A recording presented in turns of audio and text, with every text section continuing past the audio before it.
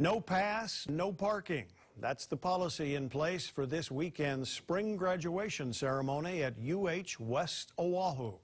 We learned of this new parking procedure from a viewer who told us about it using the Report It feature on our website. Each graduating student gets 3 passes to hand out. It's the first time the university is doing this. We wanted to know why and what other parking options will be available. Sarah Madison explains what you need to know about the parking situation. Sarah? Joe, everyone with a parking pass is guaranteed a parking spot, but most likely there won't be enough parking because this spring commencement is West Oahu's largest graduating class. This spring, there will be 250 students walking at graduation.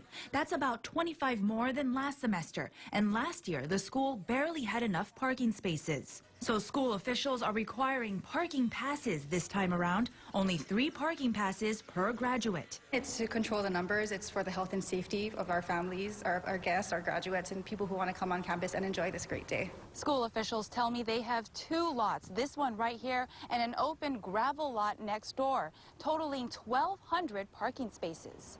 We asked if the school looked at other options, like the fields off campus. Couldn't they be used as additional parking spaces? The commencement committee has been reaching out and trying to do its due diligence in finding the best alternatives, and right now we feel that the parking pass policy is what's going to work best for our commencement at this spring commencement. School officials say the open fields near Walmart and adjacent to the campus were costly and needed groundwork to be able to park cars. I know there was talk about having the commencement ceremony somewhere else. Why hasn't that happened?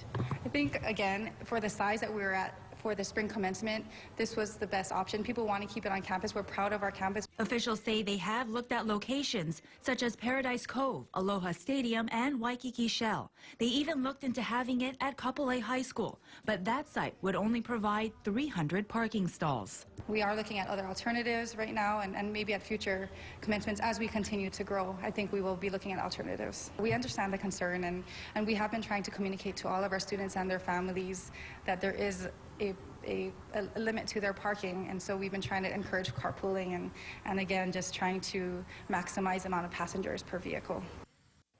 UH West Oahu will start construction on a new parking lot on campus that will add about 460 stalls.